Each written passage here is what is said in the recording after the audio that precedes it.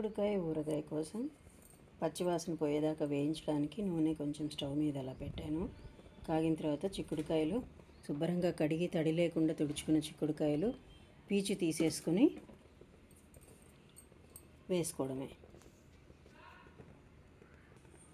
ఈలోగా నీళ్లు మసలబెట్టి చింతపండు గింజలు పీచు ఏమీ లేకుండా విడిగా తీసేసి ఎంత మనం పులుపు కావాలనుకుంటామో అంతగా నానబెట్టుకోవాలి. వీటిలో పుచ్చులు ఉంటాయి, పీచు తీసినప్పుడే మనకు అర్థమైపోతుంది కదా, దాన్ని బట్టి చూసి వేసుకోవాలి. ఏ చిన్న మచ్చ కనిపించినా ఓపెన్ చేసి చూసుకోవడమే బెటరు. అయితే ఇవి మా అమ్మాయికి ఇష్టమని ఈ చిక్కుడుకాయలు పెడుతున్నాను, కానీ పల్లెటూళ్ళల్లో ఇళ్లల్లో వేసుకునే చిక్కుడుకాయ 2 ఇంచులు ఉండి విత్తనాలు బాగా ఉన్నవి. ఇవి బయట దొరికిన చిక్కుడుకాయ ఎక్కువ విత్తనాలు ఉన్నవి చూసి వేస్తున్నాను. ఎక్కువసేపు ఉంచితే నీళ్ళుక్కుపోయి బాగుండదు, పచ్చివాసన పోయేదాకా వేయించాలి అంతే. మరి ఏడాదంతా నిల్వ ఉండని ఊరగాయ అయినా నేను నువ్వు పప్పు నూనె వాడతాను. పీచు తీసినా కలిపేటప్పుడు ఒక్కొక్కసారి విత్తనాలు ఉన్నాయి కాబట్టి చిట్లొచ్చు, జాగ్రత్తగా కలుపుకోండి.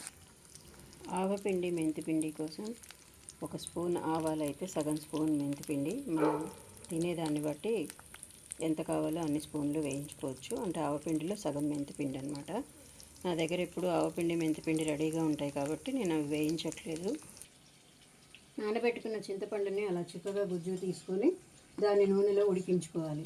ఇది పులిహోర కోసం మనం తయారు చేసి పెట్టుకుంటే అదే గుజ్జు కూడా మనం ఈజీగా వాడుకోవచ్చు.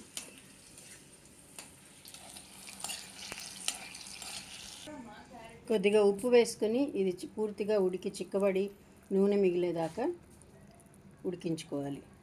రసం ఉడికిన తర్వాత దీనిలోనే ఆవపిండి, మెంతిపిండి, ఉప్పు కారాలు మీ ఇంట్లో ఉండే ఉప్పుకి కారానికి ఎంత ఉంటుందో చూసుకుని, మీరు ఎంత తింటారో చూసుకుని అందాజుగా వేసుకోవడమే.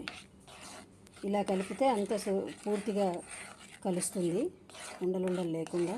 అందుకని నేను దీనిలోనే కలిపేస్తున్నాను. ఉప్పు కొంచెం తక్కువే వేసుకుంటే ఎప్పుడైనా కావాలంటే తర్వాత కలుపుకోవచ్చు, ఏమీ చేయలేము లేకపోతే. ఇదంతా చల్లారింది కాబట్టి చిక్కుడుకాయల్లో కలిపేద్దాము. తర్వాత కొంచెం నూనె వేసుకొని పోపు వేసుకుందాం. పోపు కోసం మరికొంత నూనె తీసుకుని శనగపప్పు, ఆవాలు, జీలకర్ర, మెంతులు వేసి కొంచెం వేగిన తర్వాత ఎండుమిరపకాయలు, ఆకర్ణ వెల్లుల్లి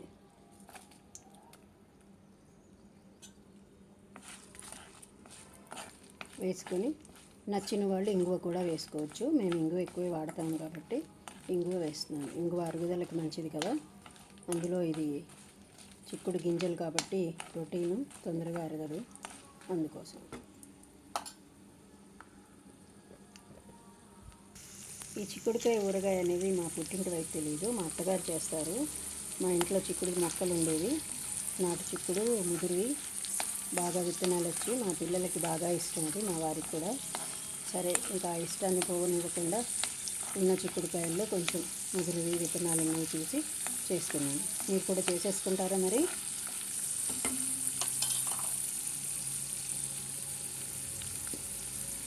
అంతే. చల్లారిన తర్వాత కలిపి పెట్టుకున్న చిక్కుడుకాయల్లో వేసుకోవడమే. మా మామగారికి వెల్లుల్లి అస్సలు పడదు కాబట్టి అస్సలు వాసన కూడా రానివ్వరు, అందుకని మా అత్తయ్య వేసేవాళ్ళు కాదు. వెల్లుల్లి ఆరోగ్యానికి మంచిదే కాబట్టి నేను అన్నిట్లో కూడా వెల్లుల్లి వేస్తున్నాను. ఇందాక చింతపండు రసంలో పసుపు విషయం మర్చిపోయాను, పసుపు కూడా కొద్దిగా కలుపుకోవాలి. పోపు చల్లారిన తర్వాత దీనిలో కలిపేసి 2 రోజులు అలా కదల్చకుండా ఉంచితే ఉప్పు సరిపోతే బ్రహ్మాండం, లేకపోతే కొంచెం ఉప్పు కలుపుకొని ఆ రోజు నుంచి వాడుకోవచ్చు. బయట పెడితే 2 నెలలు, ఫ్రిడ్జ్లో ఉంచితే 4 నెలలు నిల్వ ఉంటుంది.